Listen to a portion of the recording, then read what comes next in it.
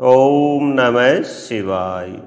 गजाननं भूतगणादिसेवितं कपितजम्बूफलचारुभक्षणम् उमासुतं शोकविनाशकारकं नमामि विघ्नेश्वरपादपङ्कजम्। ओम नमः शिवाय। शिव पुराण। ओम नमः शिवाय। 11वां अध्याय। बर्मा जी का काली देवी से प्रार्थना। नारद जी बोले, पूज्य पिताजी, विष्णु जी के वहाँ से चले जाने पर क्या हुआ? बर्मा जी कहने लगे कि जब भगवान विष्णु वहाँ से चले गए तो मैं देवी दुर्गा का स्मरण करने लगा और उनकी स्तुति करने लगा। मैंने माँ जगदम्बा से यही प्रार्थना की कि वे मेरा मनोरथ पूर्ण करे। वे पृथ्वी पर अवतरित होकर भगवान शिव का वर्ण कर उन्हें विवाह बंधन में बांधे। मेरी अनन्य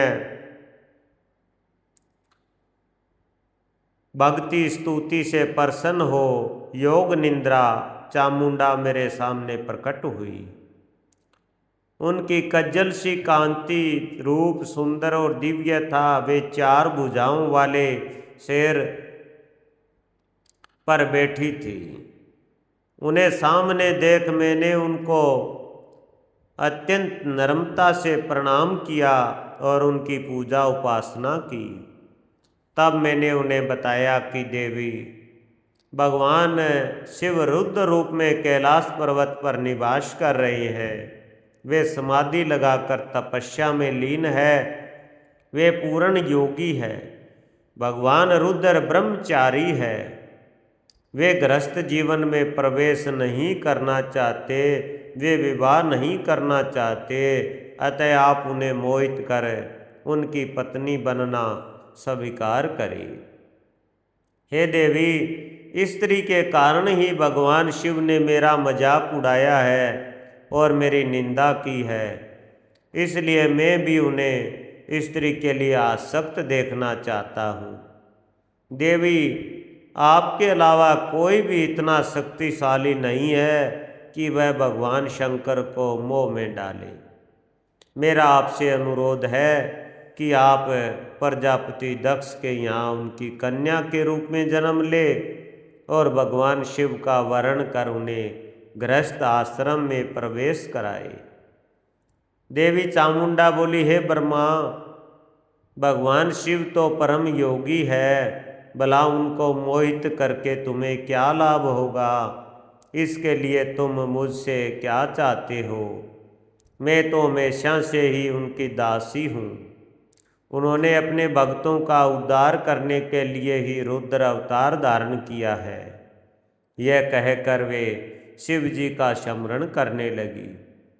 फिर वे कहने लगी कि यह तो सच है कि कोई भगवान शिव को मोह माया के बंधनों में नहीं बांध सकता।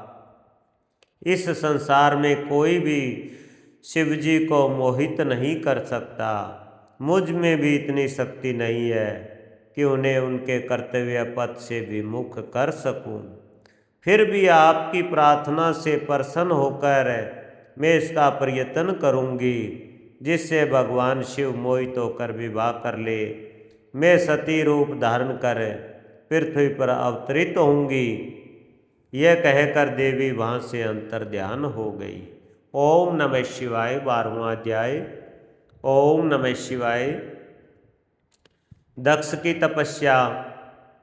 नारद जी ने पूछा, हे ब्रह्मा जी, उत्तम व्रत का पालन करने वाले प्रजापति दक्ष ने तपस्या करके देवी से कौन सा वरदान प्राप्त किया?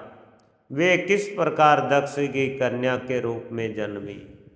ब्रह्मा जी बोले, हे नारद, मेरी आज्ञा पाकर प्रजापति दक्ष क्षीर सागर के उत्तरी तट पर चले गए। वे उसी तट पर बैठकर देवी उमा को अपनी पुत्री के रूप में प्राप्त करने के लिए उन्हें हृदय में स्मरण करते हुए तपस्या करने लगे। मन को एकाग्र कर प्रजापति दक्ष दृढ़ता से कठोर व्रत का पालन करने लगे। उन्होंने 3000 दिव्य वर्षों तक घोर तपस्या की। वे केवल जल और हवा ही ग्रहण करते थे।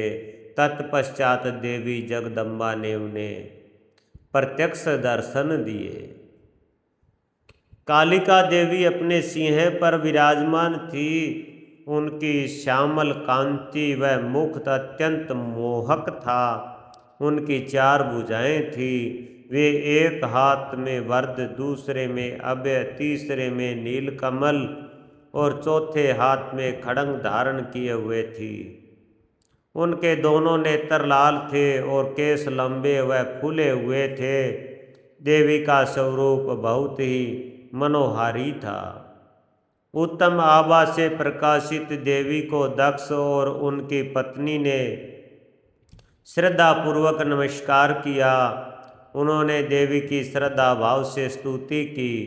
दक्ष बोले, हे जगदम्बा, भवानी, कालिका, चंडिके, महेश्वरी, मैं आपको नमस्कार करता हूँ। मैं आपका बहुत आभारी हूँ जो आपने मुझे दर्शन दिए हैं। हे देवी, मुझ पर प्रसन्न होइए। ब्रह्मा जी ने कहा, हे नारद, देवी जगदम्बा ने स्वयं ही दक्ष के मन की इच्छा जान ली थी। वे बोली, दक्ष, मैं तुम्हारी तपस्या से बहुत प्रसन्न हूँ। तुम अपने मन की इच्छा मुझे बताओ, मैं तुम्हारे सभी दुखों को अवश्य दूर करूँगी। तुम अपनी इच्छा अनुसार वरदान मांग सकते हो। जगदम्बा की यह बात सुनकर प्रजापति दक्ष बहुत प्रसन्न हुए और देवी को प्रणाम करने लगे। दक्ष बोले, हे देवी, आप धन्य हैं। आप ही प्रसन्न होने पर मनोवांछित फल देने वाली है। हे देवी, यदि आप मुझे वर देना चाहती हैं तो मेरी बात ध्यानपूर्वक सुने और मेरी इच्छा पूर्ण करे। हे जगदम्बा, मेरे स्वामी शिव ने रुद्र अवतार धारण किया है, परंतु अब तक आपने कोई अवतार धारण नहीं किया है। आपके सिवा कौन उनकी पत्नी होने योग्य है? अतः हे देवी, आप मेरी पुत्री के रूप में धरती पर जन्म ले और भगवान शिव को अपने रूप लावण्य से मोहित करे। हे जगदम्बा, आपके अलावा कोई भी शिव जी को कभी मोहित नहीं कर सकता। इसलिए आप हर मोहिनी अर्थात भगवान को मोहने वाली बनकर संपूर्ण जगत का हित कीजिए। यही मेरे लिए वरदान है। दक्ष का वचन सुनकर जगदम्बिका हंसने लगी और मन में भगवान शिव का स्मरण कर बोली, हे दक्ष प्रजापति, तुम्हारी पूजा आराधना से मैं प्रसन्न हूँ। तुम्हारे वर के अनुसार मैं तुम्हारी पुत्री के रूप में जन्म लूँगी। तत्पश्चात बड़ी होकर मैं कठोर तप द्वारा महादेव जी को प्रसन्न कर उन्हें पति रूप में प्राप्त करूँगी और उनकी दासी हूँ। प्रत्येक जन्म में मैं शिव शंभु ही मेरे स्वामी होते हैं। अतः मैं तुम्हारे घर में जन्म लेकर शिवा का अवतार धारण करूँगी। अब तुम घर जाओ, परंतु एक बात हमेशा याद रखना, जिस दिन तुम्हारे मन में मेरा आदर कम हो जाएगा, उसी दिन मैं अपना शरीर त्याग कर अपने स्वरूप में लीन हो जाऊंगी। यह कहकर देवी जगदम्बिका वहाँ से अंतर्ध्यान हो गई तथा दक्ष प्रजापति सुखी मन से घर को लौट आए। ओम नमः शिवाय। ओम नमः शिवाय। 13वां अध्याय। दक्ष द्वारा मैथुनी सृष्टि का आरंभ। ब्रह्मा जी कहते हैं, हे नारद, प्रजापति दक्ष देवी का वरदान पाकर अपने आश्रम में लौट आए। मेरी आज्ञा पाकर प्रजापति दक्ष मानसिक सृष्टि की रचना करने लगे। परंतु फिर भी प्रजा की संख्या में वृद्धि होती न देखकर वे बहुत चिंतित हुए और मेरे पास आकर कहने लगे, हे प्रभु, मैंने जितने भी जीवों की रचना की है वे सभी उतने ही रह गए, अर्थात उनमें कोई भी वृद्धि नहीं हो पाई। हे तात, मुझे कृपा कर ऐसा कोई उपाय बताइए जिससे वे जीव अपने आप बढ़ने लगे। ब्रह्मा जी बोले, दक्ष प्रजापति दक्ष, मेरी बात ध्यानपूर्वक सुनो। तुम त्रिलोकीनाथ भगवान शिव की भक्ति करते हुए यह कार्य संपन्न करो, वे निश्चय ही तुम्हारा कल्याण करेंगे। तुम प्रजापति वीरण की परम सुंदर पुत्री अश्विनी से विवाह करो और स्त्री के साथ मैथुन धर्म का आश्रय लेकर प्रजा बढ़ाओ। अश्विनी से तुम्हें बहुत सी संतानें प्राप्त होगी। मेरी आज्ञा के अनुसार दक्ष ने वीरण की पुत्री अश्विनी से विवाह कर लिया। उनकी पत्नी के गर्भ से उन्हें 10,000 पुत्रों की प्राप्ति हुई। ये हर्षिव नाम से जाने गए। सभी पुत्र धर्म के पथ पर चलने वाले थे। एक दिन अपने पिता दक्ष से उन्हें प्रजा की सृष्टि करने का आदेश मिला। तब इस उद्देश्य से तपस्या करने के लिए वे पश्चिम दिशा में स्थित नारायण सर नामक तीर्थ पर गए। वहाँ सिंधु नदी व समुद्र का संगम हुआ है। उस पवित्र तीर्थ के जल के स्पर्श से उनका मन उज्ज्वल और ज्ञान से संपन्न हो गया। वे उसी स्थान पर प्रजा की वृद्धि के लिए तप करने लगे। नारद इस बात को जानने के बाद तुम श्री हरि विष्णु की इच्छा से उनके पास गए और बोले, दक्ष पुत्र हरिय श्रवणगण, तुम पृथ्वी का अंत देखे बिना सृष्टि की रचना करने के लिए कैसे उद्यत हो गए। ब्रह्मा जी बोले, हरिवंशव बड़े ही बुद्धिमान थे। वे तुम्हारा प्रश्न सुनकर उस पर विचार करने लगे। वे सोचने लगे कि जो उत्तम शास्त्र रूपी पिता के निर्वर्ती परक आदेश को नहीं समझता, वह केवल रजोगुण पर विश्वास करने वाला पुरुष सृष्टि निर्माण का कार्य कैसे कर सकता है।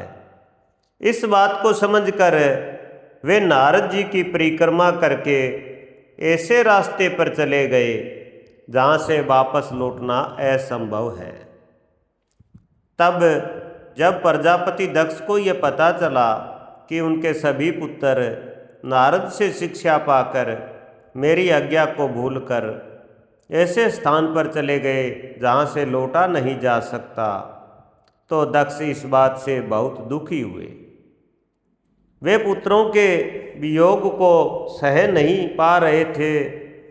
तब मैंने उन्हें बहुत समझाया और उन्हें सांत्वना दी। तब पुनः दक्ष की पत्नी अश्विनी के गर्भ से सलवाक्षव नामक एक सहस्त्र पुत्र हुए। वे सभी अपने पिता की आज्ञा का पाकर पुनः तपस्या के लिए उसी स्थान पर चले गए जहाँ उनके बड़े भाई गए थे। नारायण सरोवर के जल के स्पर्श से उनके सभी पाप नष्ट हो गए और मन शुद्ध हो गया। वे उसी तट पर प्रणव मंत्र का जाप करते हुए तपस्या करने लगे। तब नारद, तुमने पुनः वही बातें जो उनके भाइयों को कही थी उन्हें भी बता दी और तुम्हारे दिखाए मार्ग के अनुसार वे अपने भाइयों के पथ पर चलते उद्रव गति को प्राप्त हुए। दक्ष को इस बात से बहुत दुख हुआ और वे दुख से बेहोश हो गए। जब प्रजापति दक्ष को ज्ञात हुआ कि यह सब नारद की वजह से हुआ है तो उन्हें बहुत क्रोध आया। संयोग से तुम भी उसी समय वहाँ पहुँच गए।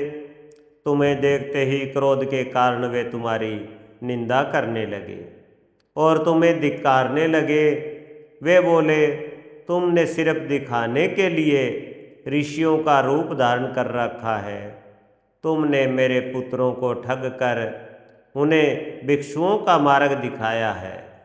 तुमने लोक और परलोक दोनों के श्रेय का नाश कर दिया है। जो मनुष्य ऋषि देव और पितर ऋणों को उतारे बिना ही मोक्ष की इच्छा के लिए माता पिता को त्याग कर घर से चला जाता है, यानी सन्यासी बन जाता है, वह अधोगति को प्राप्त होता है।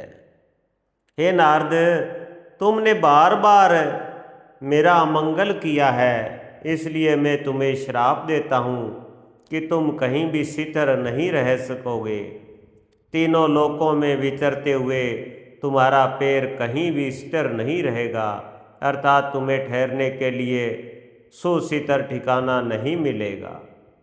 नारद, यद्यपि तुम साधु पुरुषों द्वारा सम्मानित हो, परंतु तुम्हें शोकवश दक्ष ने ऐसा श्राप दिया जिसे तुमने शांत मन से ग्रहण कर लिया और तुम्हारे मन में किसी प्रकार का विकार नहीं आया। ओम नमः शिवाय। ओम नमः शिवाय। 14वां अध्याय, दक्ष की 60 कन्याओं का विवाह। वर्मा जी बोले, हे मुनिराज, दक्ष के इस रूप को जानकर मैं उसके पास गया। मैंने उसे शांत करने का बहुत प्रयत्न किया और सांत्वना दी। मैंने उसे तुम्हारा परिचय दिया। दक्ष को मैंने यह जानकारी भी दी कि तुम भी मेरे पुत्र हो। तुम मुनियों में श्रेष्ठ एवं देवताओं के प्रिय हो। तत्पश्चात प्रजापति दक्ष ने अपनी पत्नी से 60 सुंदर कन्याएं प्राप्त की। तब उनका धर्म आदि के साथ विवाह कर दिया। दक्ष ने अपनी 10 कन्याओं का विवाह धर्म से, 13 कन्याओं का विवाह कश्यप मुनि से और 27 कन्याओं का विवाह चंद्रमा से कर दिया। 2-2 भूतागिरस और कुशाशव को और शेष 4 कन्याओं का विवाह तक्षर्य के साथ कर दिया। इन सब की संतानों से तीनों लोक भर गए। पुत्र पुत्रियों की उत्पत्ति के पश्चात प्रजापति दक्ष ने अपनी पत्नी सहित देवी जगदम्बिका का ध्यान किया। देवी की बहुत स्तुति की। प्रजापति दक्ष की सपत्नीक स्तुति से देवी जगदम्बिका ने प्रसन्न होकर दक्ष की पत्नी के गर्भ से जन्म लेने का निश्चय किया। उत्तम मुहूर्त देखकर दक्ष पत्नी ने गर्भ धारण किया। उस समय उनकी शोभा बढ़ गई। भगवती के निवास के प्रभाव से दक्ष पत्नी महामंगल रूपिणी हो गई। देवी को गर्भ में जानकर सभी देवी देवताओं ने जगदम्बा की स्तुति की। 9 महीने बीत जाने पर शुभ मुहूर्त में देवी भगवती ने जन्म लिया। उनका मुख दिव्य आभा से सुशोभित था। उनके जन्म के समय आकाश से फूलों की वर्षा होने लगी और मेघ जल बरसाने लगे। देवता आकाश में खड़े मंगल ध्वनि करने लगे। यज्ञ की बुझी हुई अग्नि पुनः जलने लगी। साक्षात जगदम्बा को प्रकट हुई देखकर दक्ष ने भक्ति भाव से उनकी स्तुति की। स्तुति सुनकर देवी प्रसन्न होकर बोली, हे प्रजापते, तुम्हारी तपस्या से प्रसन्न होकर मैंने तुम्हारे घर में पुत्री के रूप में जन्म लेने का जो वर दिया था वह आज पूर्ण हो गया है। यह कहकर उन्होंने पुनः शिशु रूप धारण कर लिया तथा रोने लगी। उनका रोना सुनकर दासियां उन्हें चुप कराने हेतु वहाँ एकत्र हो गई। जन्मोत्सव में गीत और अनेक वाद्य यंत्र बजने लगे।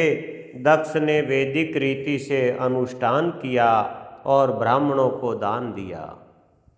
उन्होंने अपनी पुत्री का नाम उमा रखा। देवी उमा का पालन बहुत अच्छे तरीके से किया जा रहा था। वह बालकपन में बहुत सी लीलाएं करती थी। देवी उमा इस प्रकार बढ़ने लगी जैसे शुक्ल पक्ष में चंद्रमा की कला बढ़ती है। जब भी वे अपनी सखियों के साथ बैठती, वे भगवान शिव की मूर्ति को ही चित्रित करती थी। वे सदा प्रभु शिव के भजन गाती थी, उन्हीं का स्मरण करती और भगवान शिव की भक्ति में ही लीन रहती। ओम नमः शिवाय। ओम नमः शिवाय। 15वां अध्याय, सती की तपस्या। ब्रह्मा जी बोले, हे नारद, एक दिन मैं तुम्हें लेकर प्रजापति दक्ष के घर पहुंचा। वहां मैंने देवी सती को उनके पिता के पास बैठे देखा। मुझे देखकर दक्ष ने आसन से उठकर मुझे नमस्कार किया। तत्पश्चात सती ने भी प्रसन्नतापूर्वक मुझे नमस्कार किया। हम दोनों वहां आसन पर बैठ गए। तब मैंने देवी सती को आशीर्वाद देते हुए कहा, सती, जो केवल तुम्हें चाहते हैं और तुम्हारी ही कामना करते हैं, तुम भी मन में उन्हीं को सोचती हो और उसी के रूप का स्मरण करती हो। उन्हीं सर्वज्ञ जगदीश्वर महादेव को तुम पति रूप में प्राप्त करो। वे ही तुम्हारे योग्य है। कुछ देर बाद दक्ष से विदा लेकर मैं अपने धाम को चल दिया। दक्ष को मेरी बातें सुनकर बड़ा संतोष एवं प्रसन्नता हुई। मेरे कथन से उनकी सारी चिंताएं दूर हो गई। धीरे धीरे सती ने कुमार अवस्था पार कर ली और वे युवा अवस्था में प्रवेश कर गई। उनका अत्यंत मनोहारी था। उनका मुख दिव्य तेज से शोभायमान था। सती देवी को देखकर प्रजापति दक्ष को उनके विवाह की चिंता होने लगी। तब पिता के मन की बात जानकर देवी सती ने महादेव को पति रूप में पाने की इच्छा अपनी माता को बताई। उन्होंने अपनी माता से भगवान शंकर को प्रसन्न करने के लिए तपस्या करने की आज्ञा मांगी। उनकी माता ने आज्ञा देकर घर पर ही उनकी आराधना आरंभ करा दी। आश्विन मास में नंदा अर्थात प्रतिपदा, षष्ठी और एकादशी तिथियों में उन्होंने भक्ति पूर्वक भगवान शिव का पूजन कर उन्हें गुड़ भात और नमक का भोग लगाया व नमस्कार किया। इसी प्रकार एक मास बीत गया। कार्तिक मास की चतुर्दशी को देवी सती ने मालपुओं और खीर से भगवान शिव को भोग लगाया और उनका निरंतर चिंतन करती रही। मार्गशीर्ष मास के कृष्ण पक्ष की अष्टमी को वे तिल, जौ और चावल से शिवजी की आराधना करती और घी का दीपक जलाती। पौ माह की शुक्ल पक्ष सप्तमी को पूरी रात जागरण कर सुबह खिचड़ी का भोग लगाती। माघ की पूर्णिमा को रात भर वे शिव आराधना में लीन रहती और सुबह नदी में स्नान कर गीले वस्त्रों से ही पुनः पूजा करने बैठ जाती थी। फागुन मास के कृष्ण पक्ष की चतुर्दशी तिथि को जागरण कर शिवजी की विशेष पूजा करती थी। उनका सारा समय शिवजी को समर्पित था। वे अपने दिन रात शिवजी के स्मरण में ही बिताती थी। चैत्र मास के शुक्ल पक्ष की चतुर्दशी को वे ढाक के फूलों और दवनों से भगवान की पूजा करती थी। बैसाख माह में वे सिर्फ तिलों को खाती थी। वे नए जौ के भात से शिव पूजन करती थी। ज्येष्ठ माह में वे भूखी रहती और वस्त्रों तथा भटकटैया के फूलों से शिव पूजन करती थी। साढ़ मास के शुक्ल पक्ष की चतुर्दशी को वे काले वस्त्रों और भटकटैया के रुद्रदेव का पूजन करती थी। सावन मास में यज्ञोपवीतीय वस्त्रों तथा कुश आदि से वे पूजन करती थी।